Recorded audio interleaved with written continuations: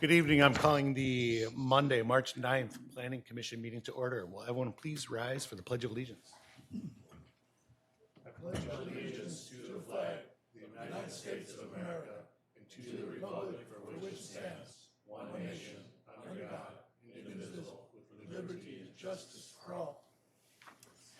Thank you, everyone.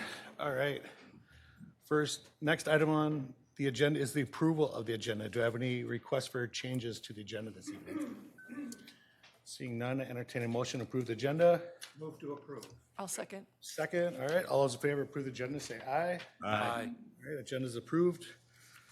And then next up is the minutes from the meeting December 8th. I thought it was a typo, but I looked back and that wasn't. So, if anyone remembers that, any concerns about them? Okay. Motion to approve the minutes from December 8th. Motion.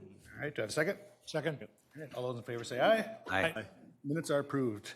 All right, we have one public hearing this evening, and that's the Chestnut Townhomes 2023-07. That's one, a site plan review on 5.72 acres, and two, a guide plan change on 5.72 acres. Will the proponent of the project please come forward? And good evening. If you'd state your name and spell for the record, then go ahead and tell us about your request, please. Yeah, good evening. My name is Dugan Garrison. You spell that as in D-U-G-A-N. Last name G-A-R-R-I-S-O-N. I am with Creed Group, and we are the project managers for this development. And tonight we are presenting the 53-unit townhome community located at Chestnut and Carmody Drive in Eden Prairie. I'll briefly walk through the project team, site layout, architecture, and all the comments that we've addressed over the past month or two with our community meetings. With me today, I have our architects and civil engineers. So Doug Loken, Paul Wilson, and Zach Thompson. All right, let's go to the next slide. Or do we have the slides up? Yeah, perfect. Let's go to slide 2. So a little bit about Redtail. Redtail is a multifamily development, and they are the applicant and developer for this property. They are a vertically integrated development company that handles acquisition, development, construction management, leasing, and property management. They currently own and manage over 13,000 multifamily units nationwide and specialize in high-quality workforce housing communities with strong property management oversight. Thank you. All right. These images are some of their projects that they've worked on and they own and manage. And as you can see, some of them are in Eden Prairie. So this just goes to show the quality of the work that they put together and the communities that they manage and the way that they last for years and years and years. All right, let's go to this next one. Okay, like I said, Creed Group is the project manager for the development. Redtail is the applicant and owner. Cass Wilson is the architect. And like I said, Paul Wilson is here today. And then civil engineer is Laux Engineering. All right. So a little bit of an overview. The project site is 5.7 acres. And like I said, it's located at the intersection of Chestnut and Carmody Drive. And the project is proposed to include 53 units. It has been something that we've gone over for quite a while, as you can see by the 2023 nomenclature at the beginning of the meeting.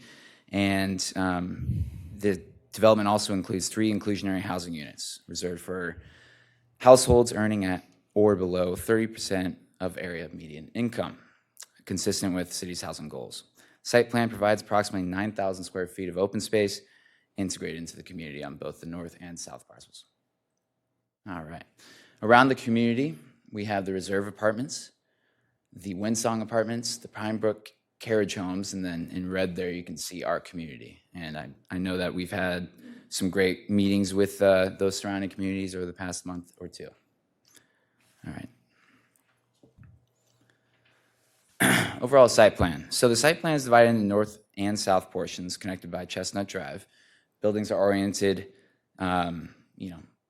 east-west, as you can see on this map. And we've gone through quite a bit of design revision in order to make sure we are proposing this as fluidly as possible for the site development.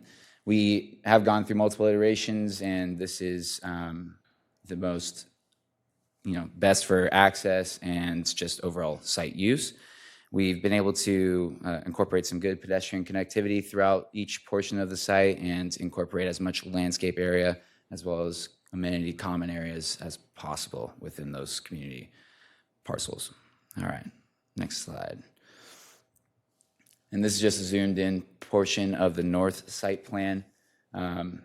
We can definitely dive into more detail if you guys have any sort of technical questions on that. And then same goes for the south side here. One note on the south side is the green space to the back. There was a mention of, in the last round of city comments, there's a mention that we might want to plant some trees on that hill in the back there. Not sure if you can get a good depiction of it on this plan, but on the civil site plan, which we can bring up later on, the site does drop a little bit as you go from neighbor's property into ours. And so it's a little bit of a hill right there. And at the end of that hill, right next to the street, there's a retaining wall, but there's going to be some planting that we will accommodate and add in addition to what's currently shown due to city comments and what we've heard from the community. All right. The overall unit mix is shown on the screen here. Nothing we need to really dive into, but if you have any questions, more than happy to answer them. Let's go to the next slides. And here are some property elevations. Just goes to show, the type of style that we're looking to incorporate. Paul and the Cass Wilson team have done a great job, and I think emulating something that really fits within the community as a whole. All right. So here's some of the floor plans, and we have all floor plans and elevations at the back of the slides as well, in case we want to go over any of those. All right. Next, here are 3 angles of some photorealistic renderings of the site and what it might look like when we do end up developing it. So first is going to be looking at it from, I believe that angle would be the blue angle right there. So let's go to that slide. Yeah, right there. So that's looking at, I think it's building, is it building 5, I believe? Yeah.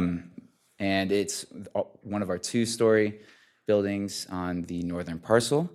And then if we go to the next slide, same kind of concept in terms of the architecture there, another 2-story building. And keep in mind, these are all townhouses. So all these will be connected. And then final, the viewpoint from Carmody Drive on the south parcel. That is our 3-story buildings on the southern parcel, looking at it from if you're walking on the sidewalk. So, yep. And right there, you can kind of see the hill that's kind of like diving into the property a little bit. It's not severe at all.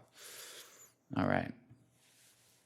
So some of a great idea that came up was recommended by staff was, kind of bringing up some of the community concerns that were presented to us during the prior meetings. So we wanted to just write out some responses on traffic, tree removal. So we'll start off with traffic. We did a traffic report back when we were originally entertaining this site development, and it was, as you know, this is for a general plan change to reduce the general plan allowable density to what we are proposing today. So originally it was going to be a site that was around 99 units, and now we're dropping it down to 53. So we had to update our traffic report, and we did that in the past month. And the new traffic report came to the same conclusion that there is no significant impact to surrounding intersections at all. Next, the tree removal, like I mentioned a little bit ago, as recommended by city staff in our most recent round of comments, we will look to add a little bit additional tree planting to our, especially the southern site on that southern hill. Construction noise, we don't anticipate any special construction equipment, so I don't anticipate any construction noise impacts, significant impacts outside of just standard construction. And we will keep the construction noise limited to the city's allowable construction hours. Inclusionary housing, as I mentioned, we will be providing 3 very low affordable units. And then soil stability, that was another question that came up. We did a site soils analysis, and all the soils are adequate for our development, so we don't have any concerns there. All right. Snow storage, that's a big concern here, of course. With a tight site like this, we need to figure out some good areas for snow storage, and we have a couple maps at the back of these slides for where we're going to be keeping that. Stormwater treatment, all stormwater falling on site will be treated on site. And then the retention basins, same thing there. Any drainage that goes into those retention basins will be treated and outflow within a 48-hour period. And lastly, the community benefit. We think that this project provides a great opportunity for needed housing in the area, especially a different at the affordable levels as well for the 3 very low income units. And that being said, it's still a site that will fit very well within the community. There's apartment units to our west, and then there's neighborhood communities that are similar to these to the south, north, and east. And that is, I think, wraps it up. These are the snow storage site plans if we want to go into those in further detail. All right. Pass it off to Jeremy, I think. Thank you, Mr. Garrison. Any initial questions about the plans? Mr. Chair, Commissioner Farr. just from the standpoint of ownership, who owns those sliver lots? I don't know if they're outlots, right-of-way, or real lots to the east side of both parcels up along Winsong Drive and Carmody Drive. Yeah, those are owned by the neighborhood communities to the north and south of us. They're not owned by our development. Okay. So they're owned by Chestnut Townhome, they're owned by Pinebrook Carriage Homes. And then don't know who the other parcel is owned by to the north. Winsong, thank you. Okay, great. Could you describe for everybody what you're doing, if anything, on both of those parcels outside of your property lines? Yeah, I can. On the southern portion of the site, and maybe if we could pull up the civil site plan, the southern civil site plan at the back of the slides. We're doing a little bit of grading in order to reduce the size of a retaining wall that would be required. So you can see right there if those contour lines allow us to reduce the size of that hill in order to not have an 8-foot retaining wall and instead drop it down to 4 feet on average. And that is about the only construction we're doing from a logistics standpoint. And then outside of that, we could offer some tree planting as necessary to replant that area if necessary. That's not shown on the plans that we were given. As far as of today, I think we actually do show a little bit of planting on that area. We have an easement for that parcel with the Pinebrook Carriage Homes community. Okay, and on the north side? On the north side, there is no construction proposed. We tried to have a conversation in terms of like what could be logistically done, and over time, it just didn't seem feasible in order to get an easement on that area and grade it or do any construction. There's a nice entry ground sign for the Winsong development there, right at the corner of your property line, as you know, with 3 flag poles and everything. Yeah. So those aren't being disturbed. Those will be stay in place. Yeah, untouched. Okay, thank you. Any other questions right away? Yeah, Mr. Chair. Yeah, Commissioner Dunn. I'm not sure if I missed it or not, but what was the average square footage of the townhomes? If we could go to that unit mix slide, I think that will have it, yeah. And if not, I will ask Paul. Paul, I'm gonna hand the question over to Paul Olson. He, our architect, he might have a better idea. Thank you. Good evening. If you could just state your name for the record. And Yes, my name is Paul Olson, P-A-U-L-O-L-S-O-N, from Kaz Wilson Architects. I don't have the exact numbers offhand, but there are roughly 2,000 square feet, something like that. They all have 2-car garages attached to them. So generally, the size of a 2-bedroom or 2+ den townhome for this development. Thank you. Okay. thanks. Sorry, as long as the architect was out there, could I jump in again? Of course, yeah. I'm sorry. For Mr. Olson? Mr. Olson? I thought the architect might know the answer to this question, Sure. if not. Of those two long retaining walls that are along the street that they pointed out earlier, the south side retaining wall faces the development, not towards the street, whereas the Windsong side, that retaining wall faces the Windsong development, not yours. And it's just described generically as concrete in the staff report or concrete block, modular concrete block in your drawings. Is there something decorative about that wall? It's just really long and straight, as textured, colored, or just common gray? What are your plans? Well, actually, I can refer it to our landscape team as well, but it would be a landscape concrete block, so a modular retaining wall block that are typically colored and have some kind of texture. But I don't believe anything has been decided or selected for that as part of our process, usually during construction, but obviously something that could easily be done and shared with the city and the community for review, just like any other materials on the buildings. Sure, I think that would be important to color and texture that for the obvious exposure Right, to your right. neighbors. And that's what we'd like as well. Thank you. Yep, thank you. Sorry, Chair, thanks. Well, go, Jeremy, we'll take the report. Yes, excuse me. Yes, yes, Chair, Commissioners. As the applicant noted, this application is a site plan and comp plan amendment to support a 53-unit townhome development. The site plan, as shown, the architecture all comply with the city zoning code, and so there's no waivers requested on this application. The comp plan amendment excuse me, is a reduction in the comp plan from a density perspective. The property is currently guided in medium-high density residential, which is consistent with the apartment buildings to the west. They're proposing a comp plan amendment to reduce the density to medium density residential, would be consistent with the townhomes to the east.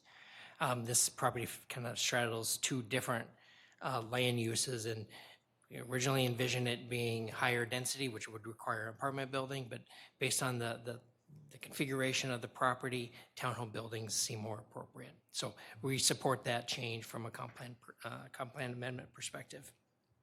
I mentioned there's no waivers, so it complies with our landscape requirements, complies with parking, complies with our inclusionary housing requirements.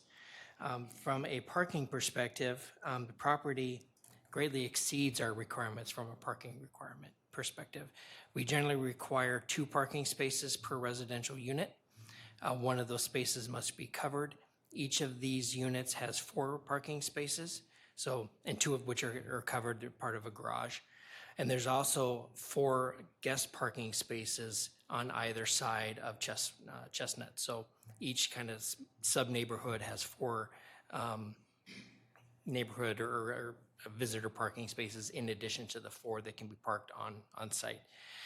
In the review of this project over the last several months, some configuration changes have occurred, and the current configuration shows a private drive kind of feeding off of Chestnut, and then serving kind of smaller sub-driveways that support each building.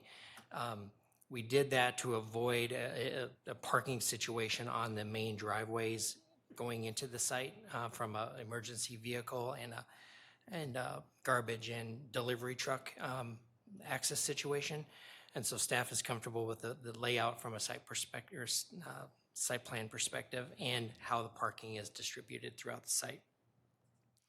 Stormwater, the property does meet all city and will meet all watershed district requirements from a stormwater requirement.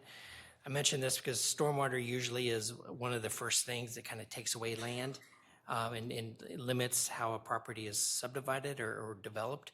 And so the developer worked very closely with city staff and the watershed district to make sure that their site works from a stormwater management perspective, so we're not creating an issue on adjacent properties.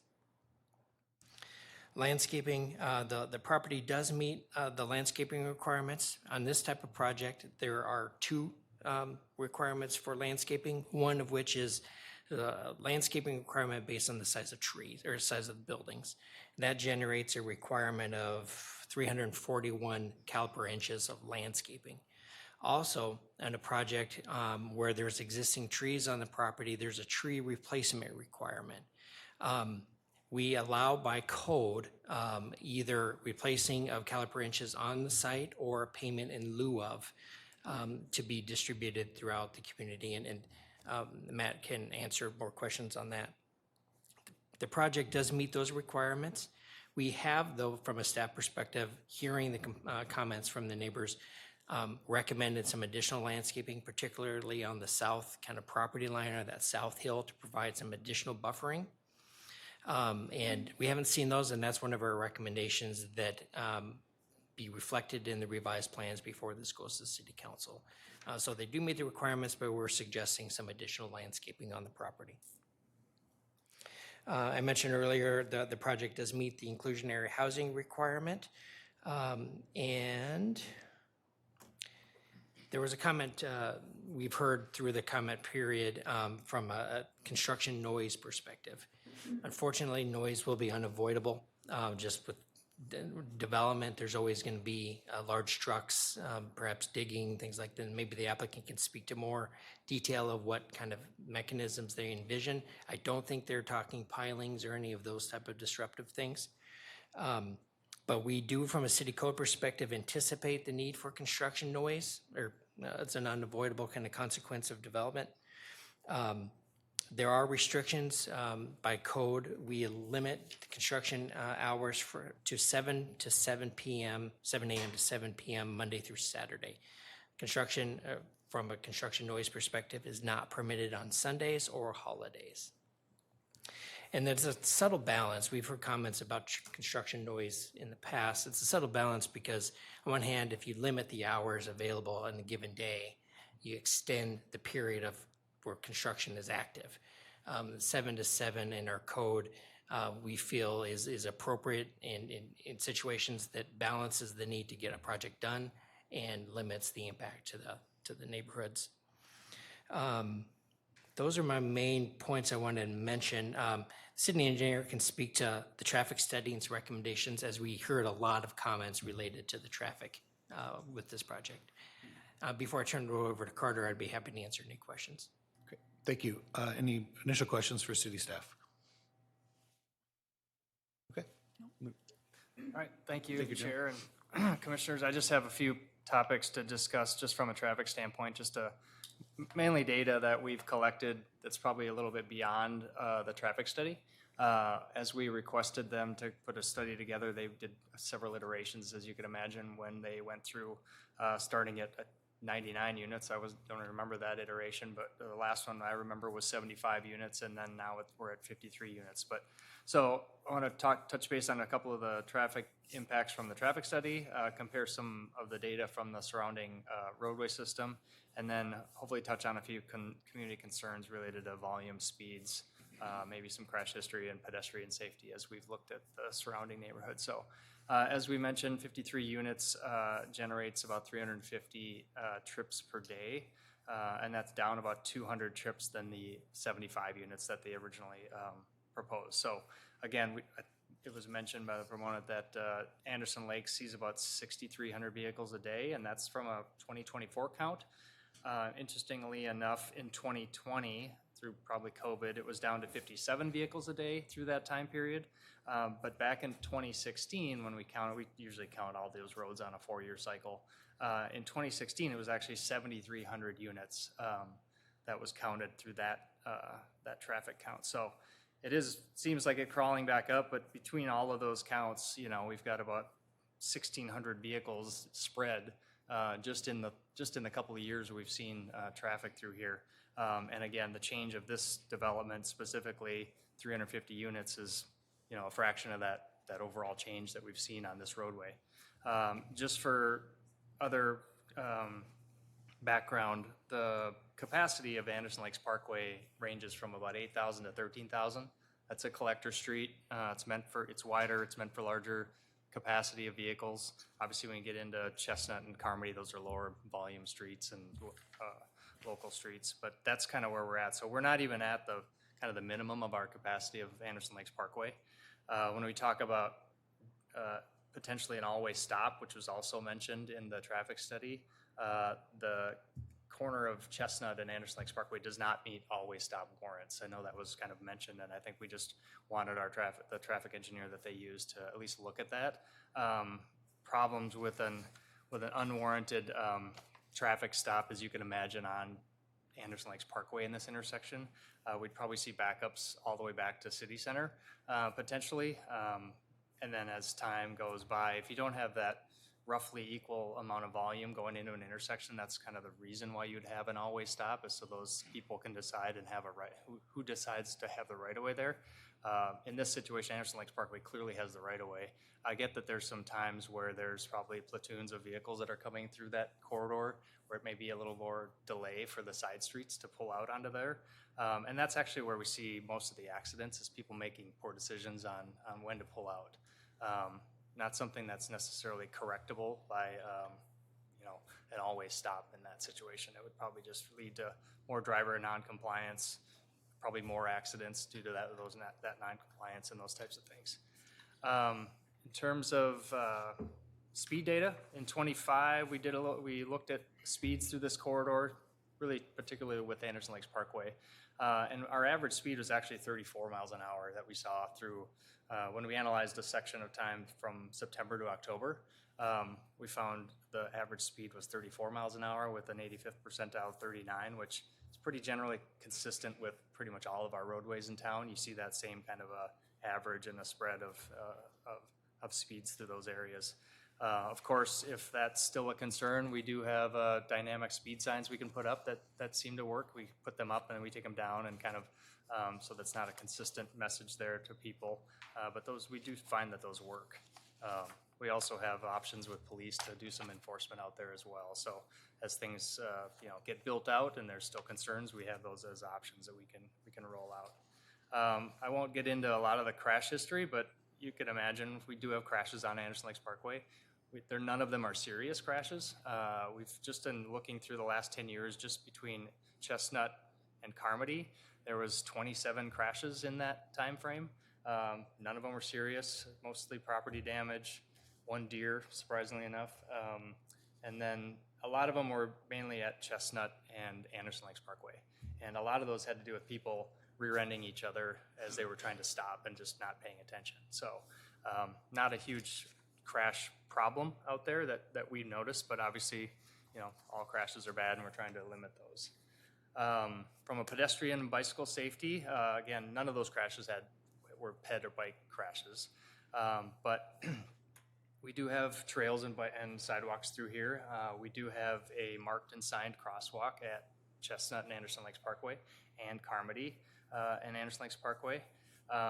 The only concern I have there really is obviously the speeds on Anderson Lakes Parkway would warrant a flashing light there. And we're just becoming more and more our PED guidelines suggest that we would put one there. And so we're planning to work with the developer on implementing one of those there for sure. The Carmody intersection, we're gonna take some more time and look at. We actually did do some video of pedestrians through there just recently with the weather kind of changing and getting nice. We actually caught a lot of people walking through there. And so we think, maybe in a certain time frame, we need to meet a certain criteria of number of PEDs that cross there to really warrant the flashing light. And particularly with that intersection at Carmody, looking south has some issues with sight distance there. Technically, you need 250 feet. If you're standing there and you're looking that way, you can see that far, but there's a big tree in the way, actually, that's part of that development that was put in several years ago, and it's gotten pretty big. So we'd be in favor of working with that neighborhood to take that tree down and actually improve sight lines through there, in addition to monitoring it throughout the project and afterwards to see if we meet those thresholds for pedestrians and would put in an RFB there to improve some safety there. So those are kind of the big key pieces I have. So again, I would gladly take questions if anybody has further questions on just traffic around that neighborhood. Thank you. Any questions about traffic study? Mr. Chair, I got Yep, Commissioner Duncan, and then, go ahead. Figured that was maybe you. You go ahead. Thanks, Carter. So you mentioned that you study intersections or of the like in the city every 4 years. That's when we do our traffic counting. Traffic counting, and Yep. is that done on every street in the city, or how do No, you it's decide? mainly the larger collector roads. So obviously Anderson Lakes Parkway is one of them. We do our own traffic counting and to supplement that, so we have some supplemental data around with local streets, but the bulk of all of our state aid streets or our collectors all get counted every 4 years. Okay, so would it be fair to say that you would be looking at this intersection in 4 years from now to see what it Yep. is producing? You can look on MnDOT's website and see the tracking of all of those, all that data as we go every 4-year cycle, so. Okay, thank you. Commissioner Taylor. Yes, Carter, while I was out taking a look at the area a couple of days ago where Chestnut intersects with Windsong Drive, I saw at least 3 cars just come down and go all the way down and then just make a U-turn. Is there anything possible that can be done to, well, put up signage or no U-turns or? So they were, just to clarify your question, Commissioner, they were driving eastbound on Chestnut and they got to Windsong and they made a U-turn and came back? Yes, then came back up, Okay. yes. I guess I wouldn't expect that too often as a common practice, but that's a little unusual. We certainly we wouldn't necessarily put no U-turn signs there, Yeah. as a guidance from the METCD, but it's something we could keep an eye on. Yeah, kind of awareness. Yeah. Yeah. There's plenty of ways in and out of that neighborhood. You know, you can go to Windsong, you can make a loop there, you can turn right and go to Carmody and get out. You can go through those neighborhoods there. So not sure why they would specifically need to just stop and turn around and go back the way they came, but. Okay. Commissioner Farr. Yep, thank you. I like what you mentioned about putting up a flasher there for the pedestrians at Chestnut and Anderson Lake Parkway. That will improve public safety. One of the neighbors had a comment about the challenging road widths in this area. I don't know if it was specifically Carmody Drive coming through the Pine Brook development, or maybe Chestnut, and people parking along one or both sides, limiting the ability for especially larger vehicles to pass, like snowplows and buses. Could you comment on roadway widths in this general area and if they're being used appropriately for on-street parking? Sure.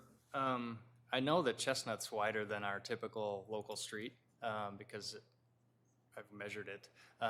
Typically, our local street is 28 feet back to back. I believe Carmody is 28 feet back to back, which again, if you park a car there, it does feel tighter than, feels uncomfortable. But you know what that does? It slows people down when they drive through there. So, but yeah, and we also, I guess, I don't know if we're going to get into the parking situation out there, but yeah. As far as I know, Chestnut is wider than a typical street, so it's pretty, I've driven through there when both sides have cars parked on both sides. Just recently when they cleared the snow for those apartment buildings, that they asked everybody to park on the street, and so I drove out there that day and was wondering, I actually asked somebody why they're parked out here, and they said because they're asked us to move to clear the parking lot. So that will happen, and it was during the day. And you could still get 2 cars through each other on Chestnut. I don't think you could do that on Carmody because it's probably a typical 28-foot street width. So parking on both sides, just like the street I live on, is tough when people have a party and they're parked on both sides. So, but yeah, we're planning to put some no parking signs for plowing purposes out on more than just on Carmody, and they'll be restricted to a seasonal time limit and overnight as well. So people can park on the street during the day. I mean, we would expect that. You can park on pretty much local streets around town, so I wouldn't see a big change with that. Thank you. Commissioners, did you say it was 28 feet curb to curb on Chestnut or Carmody? Chestnut, I know is wider than that. I don't have the exact dimension, but Okay. Carmody, I'm willing to bet that it's 28 feet back to back on Carmody. Some of the off streets that are private that go off of Carmody are probably narrower than that, but those aren't public streets. Okay, thanks. Any other questions regarding the traffic? Okay. Jeremy, did you say you were going to talk about tree replacement, or was it just if there's questions? Just if there's questions. All right, okay. All right. This is a public hearing, so we will take public comment at this time. I have a list of people who signed up and said they'd like to speak. I'll just go through in order of who said yes, but by all means, if anyone wants to speak after that, they're more than welcome to come up. So the first person signed up was Katie Reisted. Good evening, Ms. Reisted. If you just state your name, so I have it right for the record. Katie, Katie, last name is Rysted, Rysted. I'm a 36-year Eden Prairie resident. I've lived at Pine Brook for almost 20 years. I am on the board of directors at Pine Brook and have been for the last 17 years. As part of our concerns with this development, our biggest concern is the landscaping and tree replacement. According to the city's landscaping calculator and the figures that we have also been given, the project is removing 900 caliber inches of significant trees, 311 caliber inches of heritage trees, for a total of 1,072 caliber inches in need of replacement. However, the submitted landscaping plan proposes a replacement of only 257 inches, which is only 24% of the required amount. Now, we know that the ordinance allows for a fee in lieu of full tree replacement, which can be an estimated of $101,000, but the fees don't replace the environmental, visual, and buffering benefits, especially on that south side of the property where we border. There is a huge hill. Removing all of that land and putting up a retaining wall is not going to replace the aesthetics or blocking the trees and the environmental aspects. So we are requesting that you, as the Planning Commission, require additional tree replacements and larger caliper trees to better reestablish the buffer of the mature vegetation that's being lost. We'd also suggest a portion of any lieu fees be directed toward improvements to the nearby trail entrance to the Purgatory Creek Recreation Area, which would not only benefit existing neighbors, but future residents. In addition to the traffic impacts, as a resident of Pine Brook, we only have 2 access points to our development. One is Chestnut Drive and Carmody Drive. Trying to make a left turn on Carmody Drive onto Anderson Lakes Parkway is near impossible during morning, evening, and lunchtime rush. Buses have a challenge getting in and out of there, especially going to Oak Point and Eagle Heights. And then the other issue is that when there is street parking on Chestnut, specifically the last snow event that Mr. Schultz had talked about, cars were parked on both sides of the streets. I took some pictures, which I'm happy to share. It essentially became a one-way road. Cars and vehicles trying to come one direction ended up having to stop, back up to make room for vehicles coming from the other direction. School buses were actually going through the reserved parking lots to pick up the students and drop off the students instead of at the assigned bus stops on Chestnut. So we really do have a concern with that, especially when they have snow events. The apartments require the residents to move their vehicles, and in many cases, it goes all the way up Carmody Drive. So that's one thing that we have with that. Also, according to the development plans, if there's only 4 visitor parking spaces per group of houses, which would be, 8 per north and south side, that is clearly not enough. We have 26 visitor parking lots at Pine Brook for 184 units, and that is not enough parking for us, especially in the winter when we have large snow events. That becomes places where the snow goes. I don't think that this plan in the development has enough, snow plowing places to dump the snow. We had a pretty mild winter this year, but 2-3 years ago, we had many, many inches, and it was crazy. We actually ran out of places to put snow. So I just, on behalf of the Pine Brook Homeowners Association, we thank you for the opportunity to hear our opinions.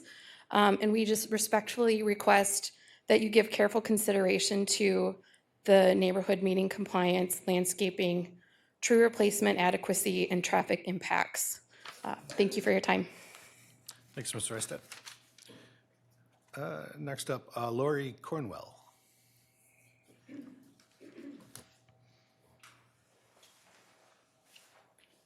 Good evening, Ms. Cornwell. If you could. Hello. My name's Lori Cornwell, Loricornwell. I do live in the Pine Brook neighborhood.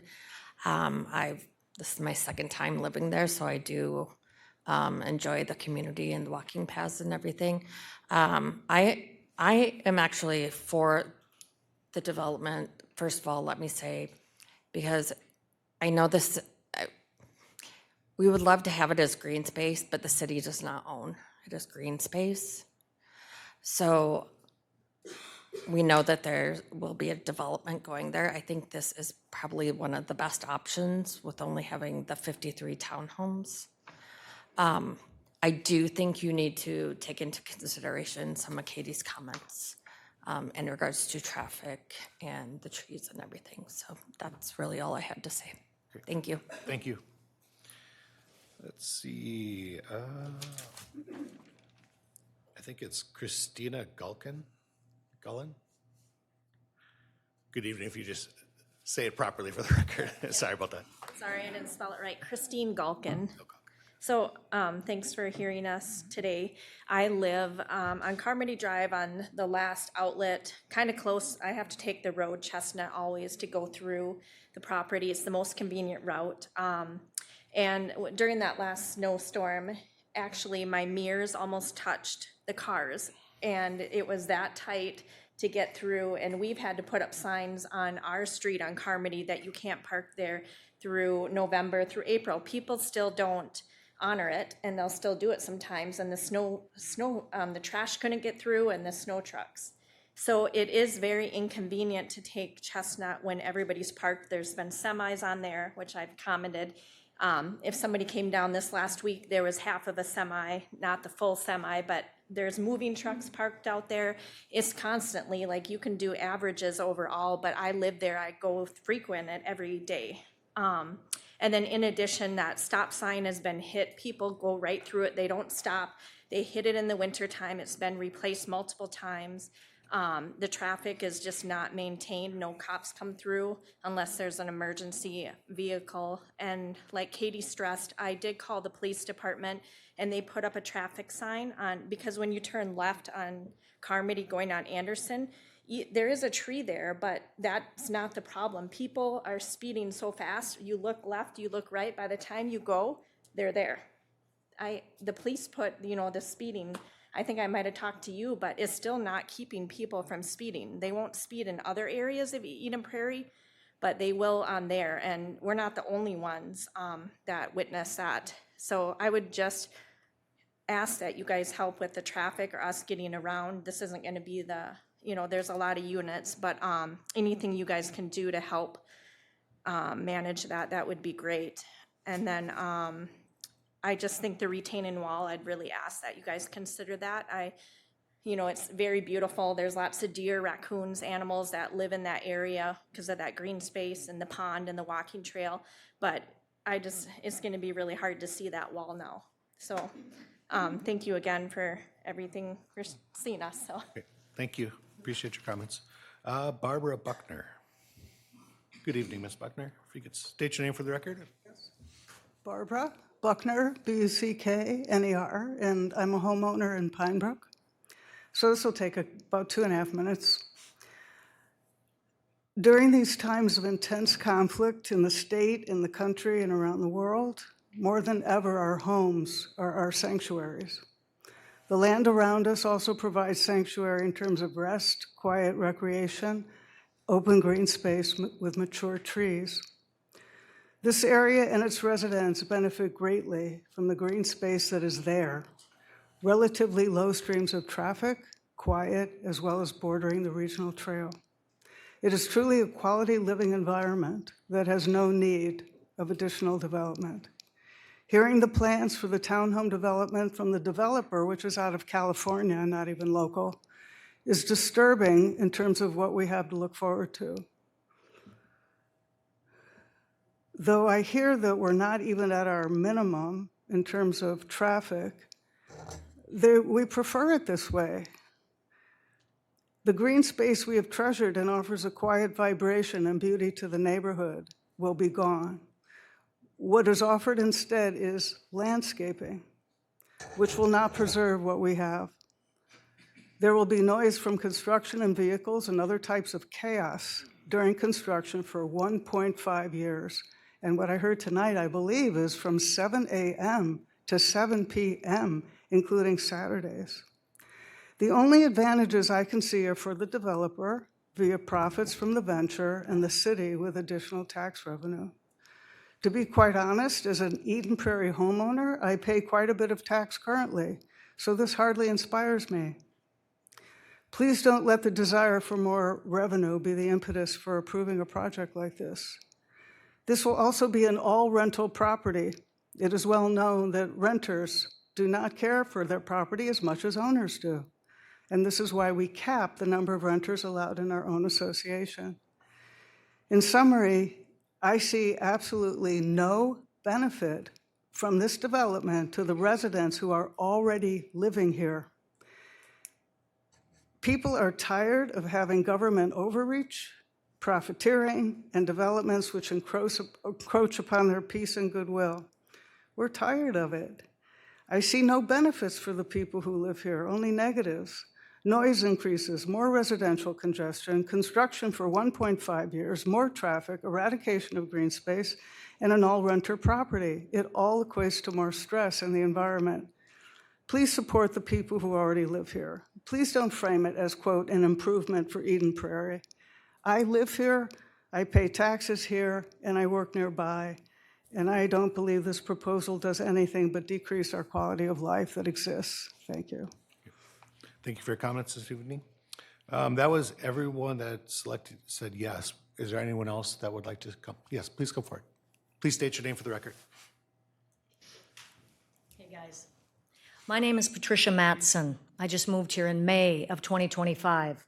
And my deal breaker was construction, because I just came from the West Coast and I lived over construction for 9 months, right up until the day I left the place I lived in. And it was an absolute nightmare of cataclysmic proportion. What the dust and dirt did to the air, to your air filtration systems, to your sidewalks, the runoff, the toxic debris. I mean, I could just literally write a book about this. And I am all for housing.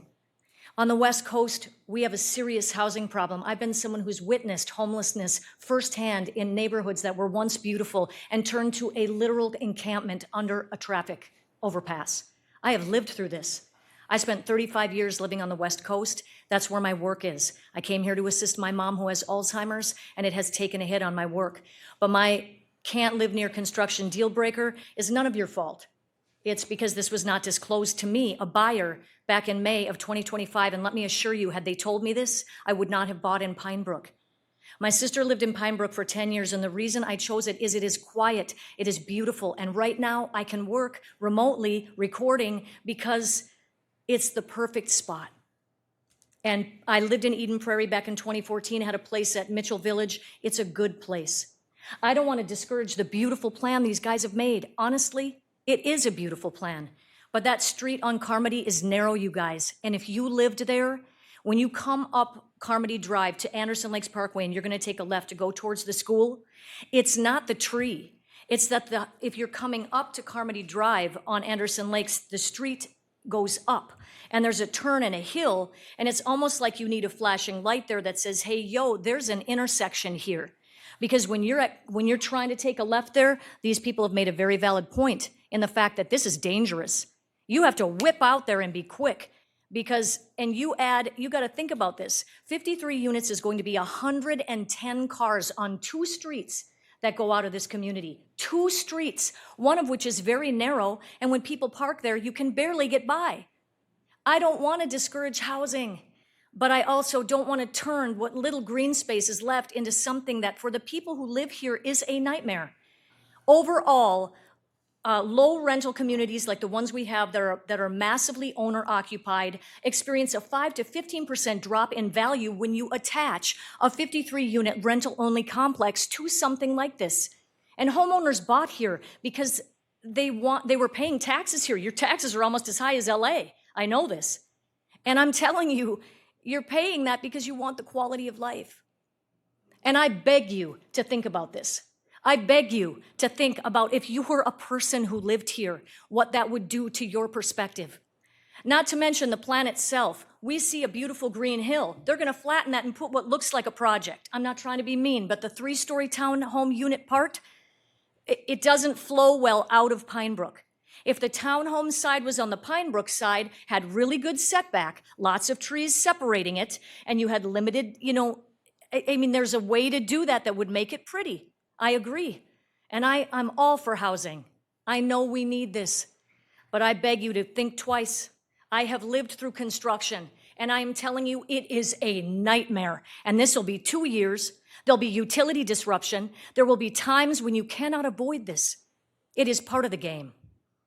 And listen, for me, it's an exceptional bummer. I got to record for a living. So I've been trying to find ways to find solutions like triple pane windows, and maybe they offer us a discount because they can buy in bulk, and people within a 1 mile radius in Pine Brook get some kind of massive 80% discount on triple pane windows so that they can mitigate sound and make this work. Not just because I record, but because the people's quality of life matters. They have babies sleeping. They go to Eden Prairie School.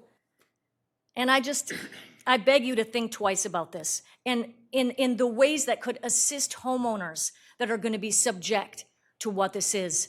It can't always be about the scratch, you know what I'm saying, about the dough we're going to make. And I feel these guys, they've done a beautiful job. I don't want to be the enemy, but I just say, please think about this. Thank you. Thanks for your comments. Anyone else like to speak tonight? Come forward now.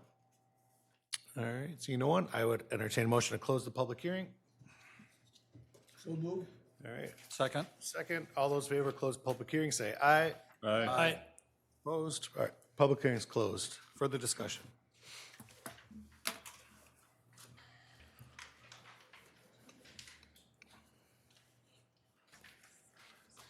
Mr. Chair? Yeah, Commissioner Farr. Nobody else volunteering, so I'll try and unpack. There's a lot of issues here. First of all, let's just go over, I think, some of the finer points that everybody can agree upon. Given the comprehensive guide plan call for higher density, which means greater scale of building mass, et cetera, more people, more cars, kind of more of everything. I think we're headed in the right direction by the application to reduce density, reduce scale of buildings, reduce number of vehicles, reduce the number of people that are the subject of a lot of our discourse tonight. The Planning Commission isn't aware of what Mr. Schultz talked about iterations of the plan. It sounded like this started out at maybe 99 units, if I heard right. It's now whittled down to 53 units. I can't visualize what that may have looked like other than maybe taller buildings, because you can't fit a whole lot more on here. But in terms of the stepping of scale and mass from the larger apartment buildings, I'm sorry, I forget the name of the 4 stories that are right next door, stepping down to the Pine Brook development and the single-story Windsong development, I think that stepping of scale and mass of buildings is appropriate, and it seems to work well. There could be some screening and buffering dialogue that goes along with that, but in terms of the way that the zones are intending to work out, I think they're working out very well. We're all very concerned about public safety, and so we rely upon the city engineering staff and everybody in the streets to manage and monitor street safety. And so if there are complaints, obviously the city needs to maybe take some action on that. But I didn't hear anything compelling enough about the increased risk of this development density that would outweigh or trigger an additional solution to maybe what there are already problems that maybe need to be addressed, but it doesn't sound like we're going to be tripping that to be a significant level of impact further. That may not satisfy some people in this room, but I think that the impact, again, of this density of development at the end of the street isn't contributing to a greater sense of what's already there. I don't think the developer did themselves any favor by packing this site edge to edge with parking and building. I know that it could have been scaled back, and it sounds like it has. So to me, the issue is landscaping and buffer. I agree with the neighbors' concerns about the application removing lots of heritage trees and significant trees, as well as the additional tree requirements that are in the landscape ordinance, and then taking the easy way out and doing the cash in lieu of to satisfy the landscaping requirement. I don't think that is good optics for the landscape plan on this type of development. And I am happy to hear, anyway, from Jeremy, that there's been some side talk between the time when we got our plans and what they're trying to do to maybe add some landscaping back in some important areas. I would encourage you to further that discussion and make sure that we can plant as many trees around the site, if not on the site, around the site, contribute trees to the neighbors to plant in areas where they see the benefit of them, as opposed to having them being selected by somebody else to assist in that buffering.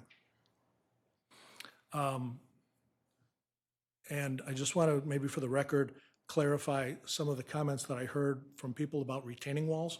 On the south side, which is closest to the Pine Brook development, you will not see their retaining wall. They're on the low side of it, you're on the high side of it.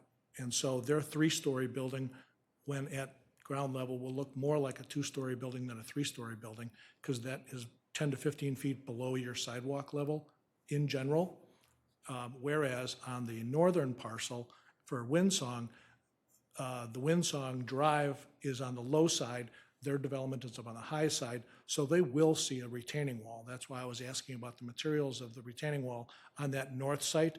It does not impact the Pine Brook view at all. If anything, they'll probably put a safety fence up at the top of the retaining wall. You won't see the wall, but you'll probably see the safety fence. You don't want kids sliding down the hill and falling over the wall. So the landscaping, as the landscape architect pointed out, doesn't need to go at the bottom of the hill. You won't see it. You want to appreciate it up where the neighbors are and where the street is. That's where it will prove to be the best screening for you. And I would encourage that dialogue to happen, maybe with the city's assistance, to make sure the trees are located off-site in the right location, so that they're really beneficial to act as that screening process. But I just want to make sure everybody understands the retaining wall situation, because they look the same on the plan view, but they're opposite. A recommendation for the developer, I don't know if you've selected a general contractor yet, but as the architect can advise you, and you have an excellent design team on your project, by the way, there are prefabricated methods of construction for wood frame that, of course, you're probably going to get prefabricated floor trusses and roof trusses, but prefabricated wood wall assemblies are very popular, and that would cut down on the hammer and nail noise for the neighbors significantly. So I don't think it'll be a big cost add. Not going to tell you it is or not, but the architect can educate you more on that if you're unfamiliar with that. But this market has a very robust prefabricated wood wall panel assembly market to serve your needs. And that would go a long way to assist with the neighbors concerned about noise.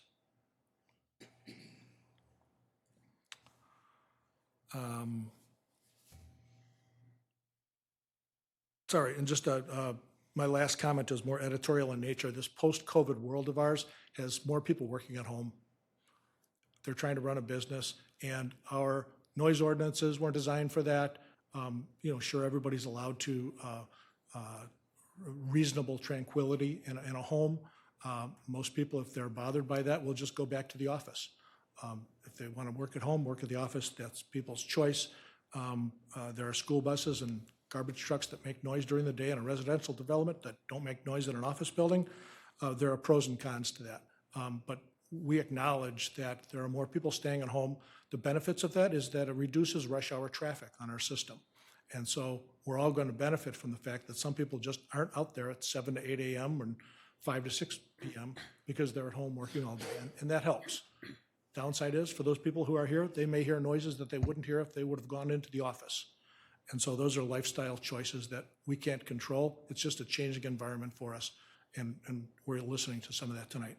So I just wanted everybody to be mindful of that. That's all. Thank you, Chair. Thank you, Commissioner Farr. Commissioner Kirk? Yeah, I'd like to take the opportunity while we're here is to talk a little bit about process, because we found through these public hearings that many times people don't understand the process that's gone through here. First off, there's been a heck of a lot of work done on this process over, Jeremy, I'm guessing a couple of years of connection and all. So this isn't stuff that hasn't been thought out in many different ways by many different people. And then they're also, from the standpoint of the Planning Commission, our role here is, first off, lot of people think that we're part of the city government. No, we're not. We're all volunteers. We do this just because we want to be part of the community and we want to add to the community.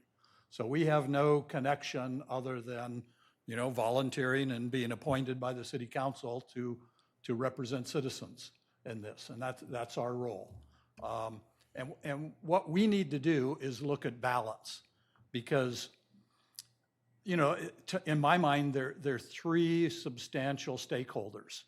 You know, they're the residents of Eden Prairie, and particularly in cases like this, the residents who are living close to a development, because it impacts you. It changes things for you. It has an impact on your life. But there's another couple of parties that are equally impacted by this.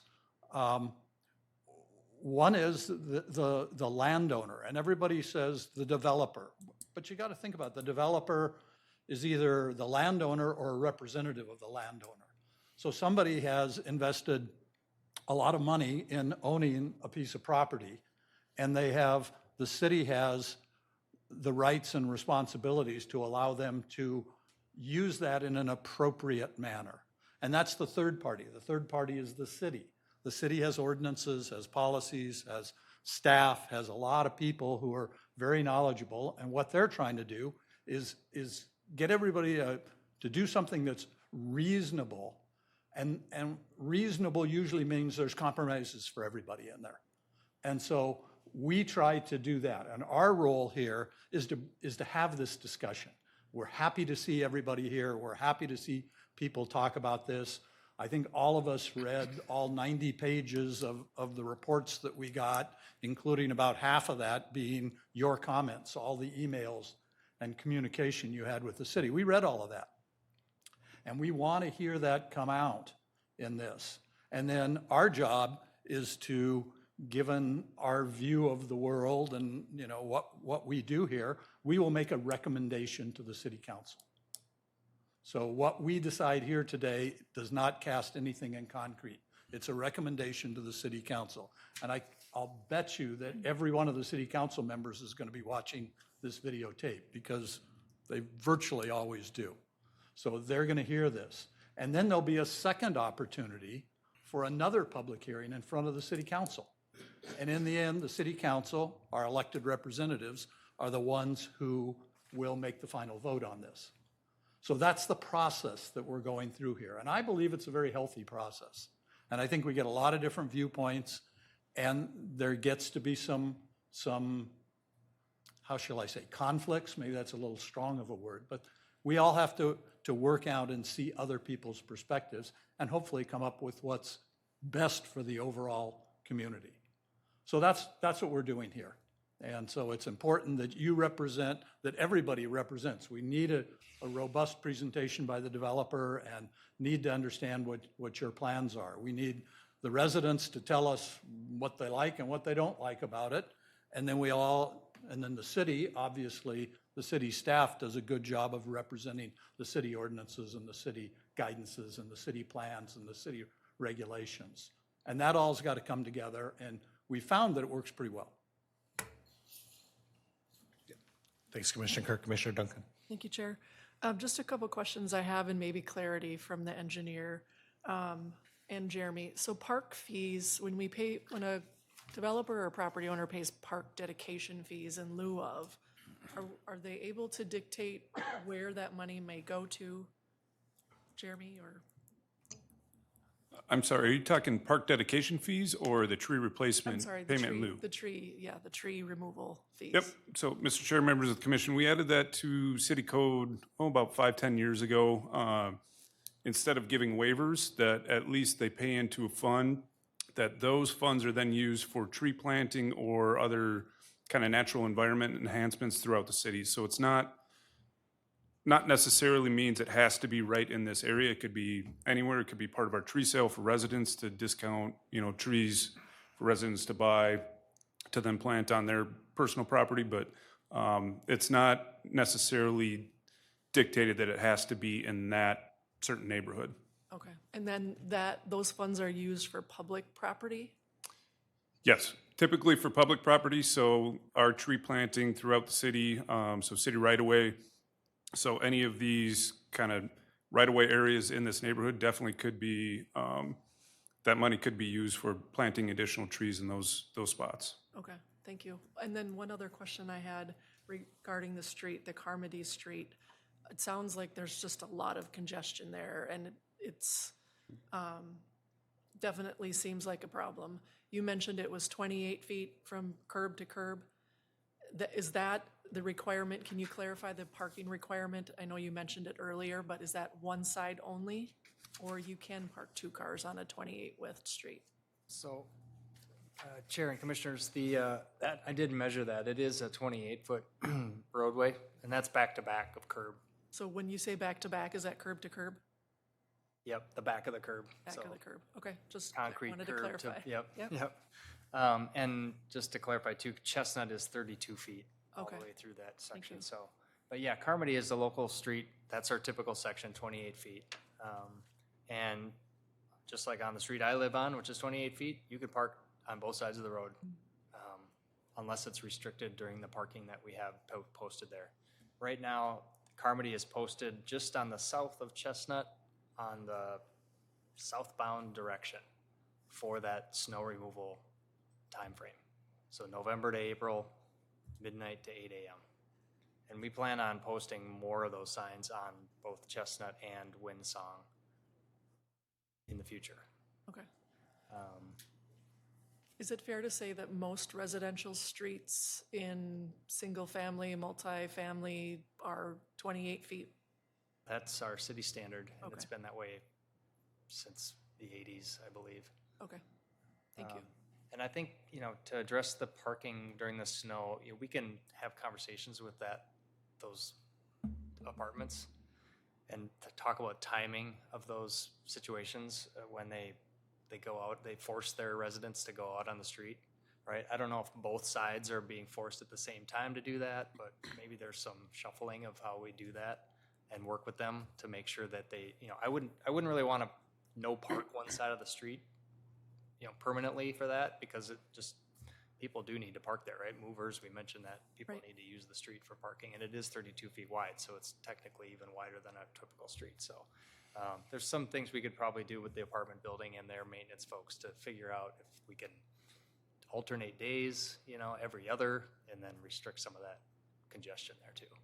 And then as far as the Carmody and the turning left, right, the tree I was talking about was actually facing the other direction, but there is another tree on that side, but it's not causing the problem, it's looking the other direction, so. But they're kind of matched, it's part of the landscaping. I wouldn't want to take one down and not the other one, but we can look at that, maybe there's some other site distance issues on that direction too, that we can look at. Thank you for that. The only other comment I would make is I think that the developer and the owner and architect and everyone involved has done a very good job on this site, being that there are no PUDs, waivers, any of this such. Usually we have multiple developments that come before us with waivers and such. So I appreciate the work that's gone into this, especially if it's been for a couple of years and you've gone from 99 down to 53 units. I think that's a lot of work that's come forward. So I'm in favor of this development, I would say that. I would also suggest, though, that with the additional trees being added to that intersection that's being recommended. Thank you, Commissioners. Thanks, Commissioner Duncan. Anyone else like to further discussion on anything, or? Yeah. Commissioner Taylor. I'm just somewhat of an echoing what we're hearing already, that the developer did a great job on the layout and kind of blending in the architect to the other buildings that's around there, along with the city, making sure that things stayed in alignment with the expectations of what we're looking for.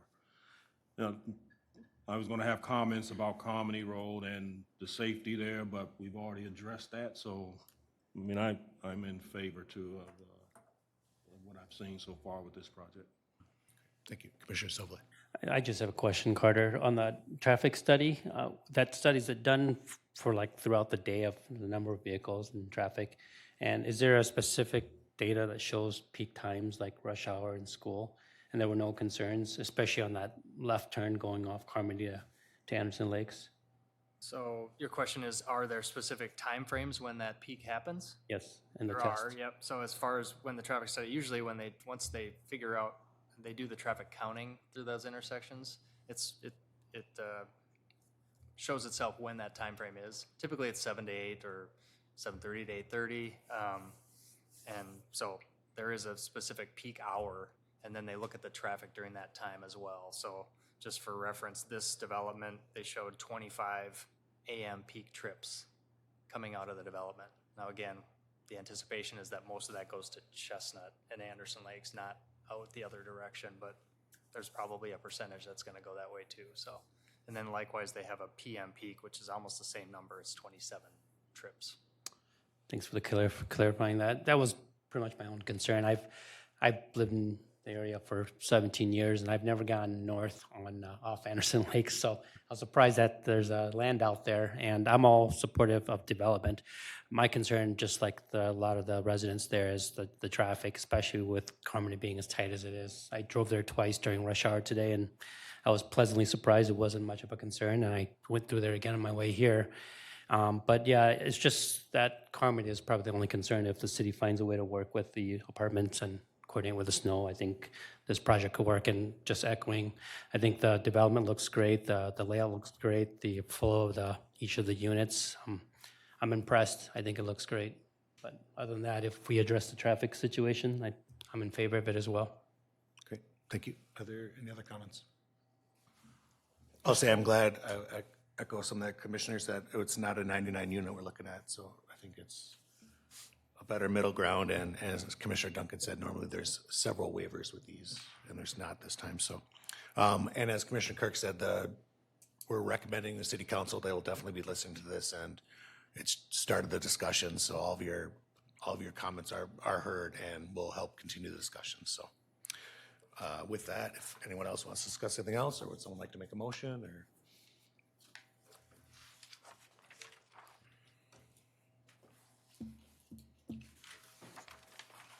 I'll make a motion to approve site plan review guide plan change on 5.72 acres as recommended by staff, represented in the March 9th, 2026 staff report. Second. Motion from Commissioner Duncan. Did I hear a second? Second. Second for Commissioner Sherwood. All those in favor say aye. Aye. Opposed? Would anyone like to abstain? Okay. Thank you for your presentation tonight, and good luck moving forward, and thank you everyone for coming here and bringing your comments forth about your concerns. All right, moving on this evening, Jeremy, any planners reports? Yeah, just briefly, we will have a planning commission meeting on the 23rd of March. And that will be Commissioner Piper and Commissioner Weber's last meeting, so they better be here. At 7 o'clock? At Is it 7? Okay. PM, yes. They are retiring after many years of service for the city, so I appreciate their help to me, and then we'll give a more formal comments on the 23rd. Okay, great. Thank you, Jeremy. Any members' reports?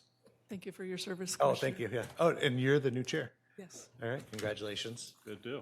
Congrats. Just so you know, many times I've almost said, please rise for the national anthem. So I'll just leave that tidbit with you to, you can think about and thank me later when that pops I'll in do your head that for sometime. you next time. I'll just add my congratulations and thanks for the long chairmanship that you've done. Thank you. For those who haven't chaired, I'm not going to be here next meeting, so. Oh, you're not? I got to say it here. For those who have chaired, it's not a simple process.